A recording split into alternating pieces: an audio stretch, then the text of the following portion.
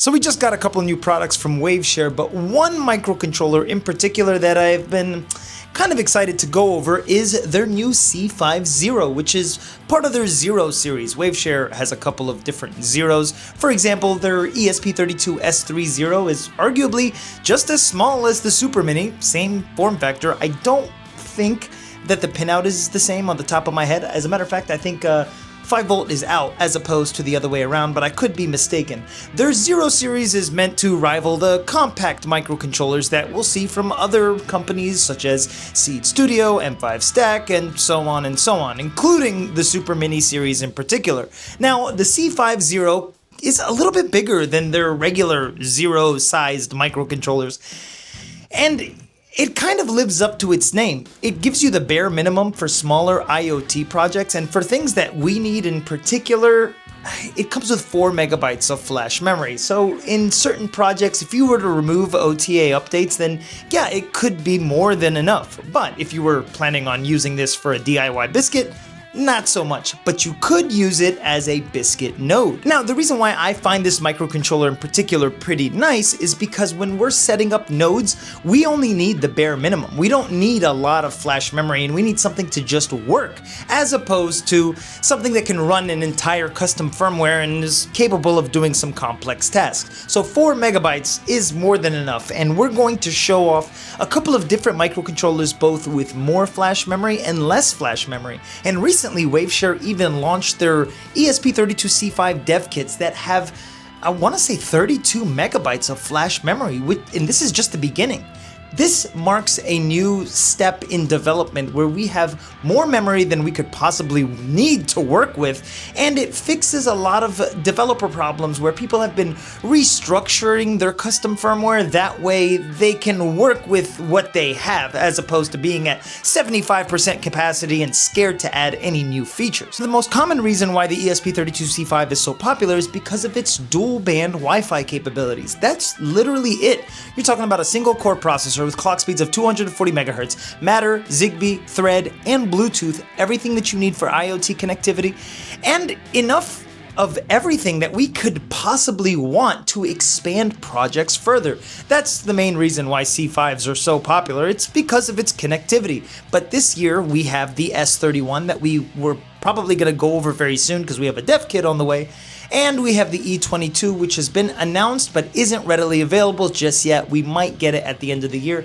This will completely leave everything that we know about C5s right now, this craze, this hype, because of its convenience, in the dust, because we're talking about tri-band Wi-Fi as well as insane clock speeds, more GPIO opens that we could possibly need. And they're advertising it as a co-processor for P4s, for example, which, in case you haven't realized, is probably going to be way more than just that. A quick look at the hardware. It does keep to a very compact form factor. We have the shielding over the ESP32-C5. It says ESP32-C5 Zero, and then it says right there Wi-Fi 2.4 and 5 gigahertz. We have a UFL connector for us to attach an antenna to. This is a very nice feature on ESP32-C5s and other microcontrollers like it. And the reason why I say that is because it gives us the opportunity to add external antennas, even though it has a built-in antenna on the board. So with the C50 Zero, you get 18 pins, 9 on each side, USB-C for power and flashing, 2 tiny microscopic buttons for boot and reset right here at the top. We've seen these buttons before, they're on other microcontrollers that are just as tiny. On the bottom, we only have a few data pads, so it's, if you were to compare it with a Seeed Studio Xiao C5, we got a lot more expandability on the Seeed Studio Xiao C5, as well as double the flash memory. Now, as for flash memory, I mentioned earlier, 4 megabytes is what you're working with, 320 kilobytes of ROM, I want to say 384 kilobytes of SRAM, and of course 240 megahertz clock speeds. Now, like with most microcontrollers, we have castellated edges here on the side. You will find that as well as, available on other tiny footprint microcontrollers. For example, the C5 Super Minis as well as the Xiao series. This is just kind of the standard, adding castellated edges. Allow it for easier placement when we're working with different boards where we want to solder onto pads as opposed to pins. The C50 Zero sits about 3 centimeters long, and I want to say just about a little bit under 2 centimeters wide. Now, if we were to compare the C5 Zero series with the S3 Zero series, the C5 is actually just a tiny bit larger, which is fine. I was just hoping that they were going to stick with their Zero form factor, which is this tiny super mini form factor. It is incredibly nice. It's a little bit larger than the Seed Studio Zhao series, but with the Zhaos, all of them are the same size, and I was kind of hoping with the Zero series that they would all be the same size as well. But with tiny microcontrollers comes insane heat, and this can be definitely attributed to the Super Mini series and previous Zero series as well, whether it's the RP2040 or RP2350, ESP32 Super Minis, Zeros, all of them run hot.